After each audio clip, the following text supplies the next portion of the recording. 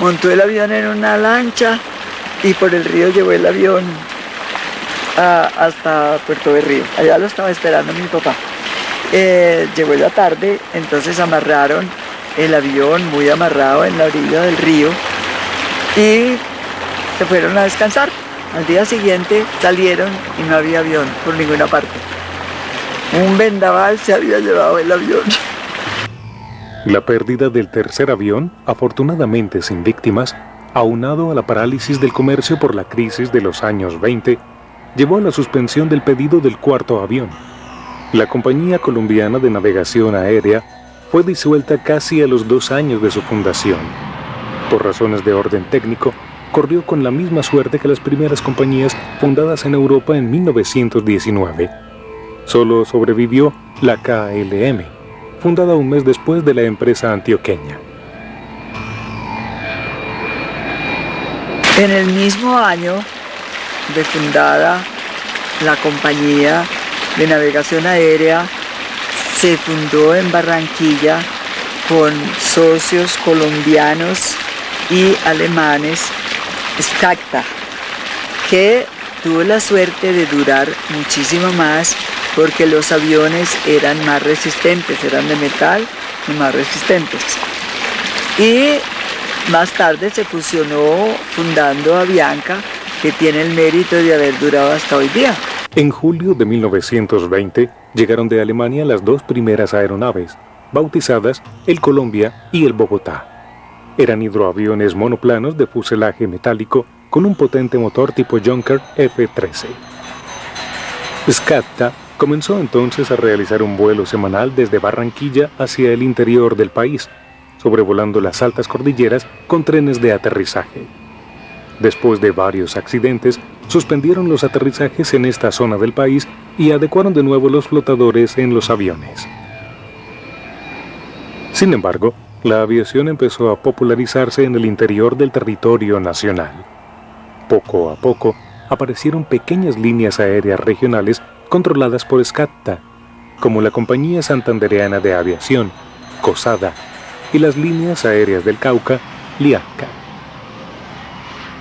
Los primeros años de la aviación colombiana fueron accidentados, no solo para la Compañía Colombiana de Navegación Aérea, sino también para la SCACTA, que perdió hidroaviones como el Tolima y el Santander. En 1922 hubo un suceso que conmocionó la opinión pública de Medellín. El globo del acróbata aéreo Manuel S. Acosta, conocido como Salvita, se desinfló mientras sobrevolaba la ciudad. El fotógrafo Jorge Obando, listo para registrar el vuelo con su cámara de cajón, pudo lograr una magistral secuencia de su caída y muerte contra el suelo.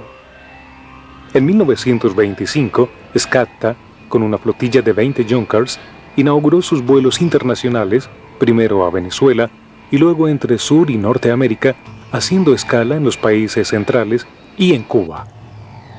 En 1930, Medellín seguía aislado del resto del mundo, pues SCACTA únicamente volaba en hidroaviones sobre los ríos, principalmente el Magdalena y el Cauca, y había renunciado a volar hacia el interior. Las personas de esta zona que querían viajar al exterior tenían que llegar por tierra y barco hasta Barranquilla, única ciudad del país donde llegaba la empresa norteamericana Pan American, primera línea internacional que hizo escala en Colombia.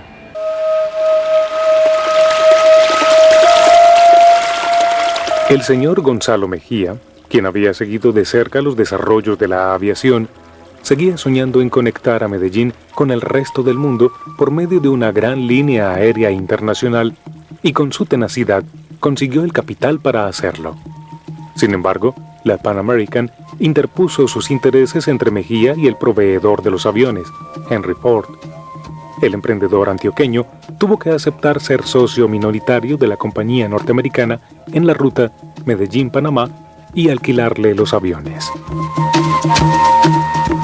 En enero de 1932, después de muchos meses de luchas continuas contra intereses político-partidistas, intrigas, influencias y la oposición de SCACTA, logró la aprobación de la línea aérea UMCA, Urabá-Medellín Central Airways.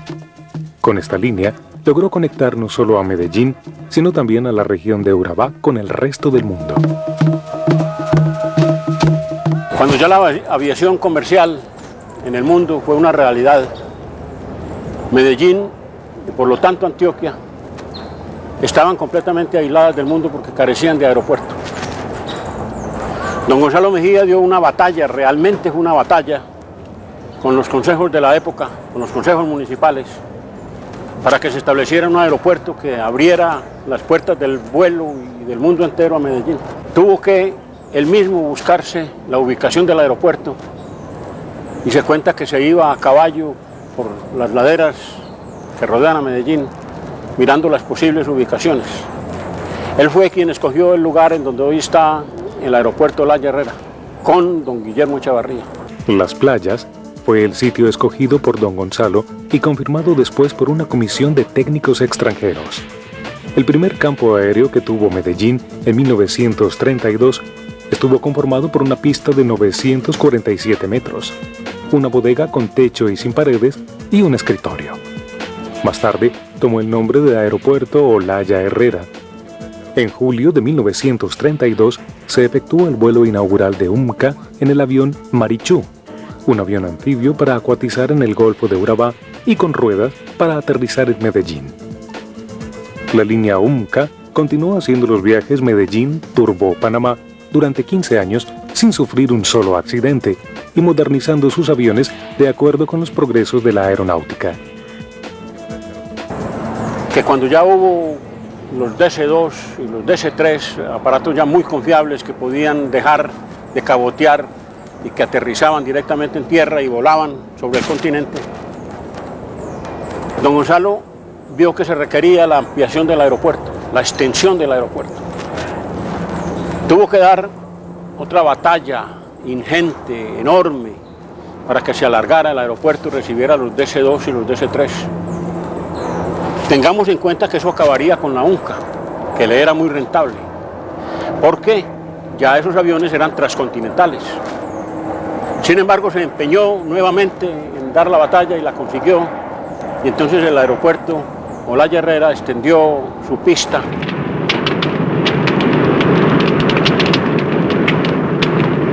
Desde principios de la década del 30, aparecieron poco a poco los aeropuertos en el territorio colombiano, y con ellos se fue pasando del hidroavión al avión terrestre. Fue así como en 1933 surgió la primera competencia de SCATA, la SACO, Servicio Aéreo Colombiano, fundada por Ernesto Samper Mendoza. Trajo al país 2 bimotores, con los que empezó a cubrir las rutas de Bogotá a Medellín y Cali. El F-31 de la SACO es tristemente célebre por el accidente del 24 de junio de 1935, al chocar con el avión Manizales de SCATA en el campo de aviación de las Playas de Medellín. En él murieron el famoso cantante Carlos Gardel, además de otros importantes personajes como Estanislao Zuleta Ferrer y Ernesto Samper, piloto del avión y codueño de la SACO. Tengo miedo del encuentro con el pasado que vuelve a enfrentarse con mi vida. Cuando el accidente de Gardel, yo me acuerdo que estábamos nosotros pelando una chumbimba para sacar las canicas para jugar al arroyuelo y las viejas para lavar la ropa. El tiempo lavaban con cáscara de chumbimba. Entonces ahí mismo un muchacho Gerardito que hace poco murió, dijo, ve, en el aeropuerto se chocaron los aviones. Vamos y vámonos todos a ver, y salimos por aquí. Todos los muchachos de ese tiempo salimos a ver el incendio, el siniestro ese. A Gardel lo identificaron por el facón, los dientes y el pasaporte que tenía la mitad quemado y lo pusieron encima. La recientemente fundada compañía norteamericana Pan American Airways quería incursionar en Colombia por su posición estratégica con 2 océanos en el continente y por su cercanía al Canal de Panamá. Para lograrlo, compró a los alemanes el 84% de SCATA, aprovechando la difícil situación económica de esta empresa durante la crisis del 29.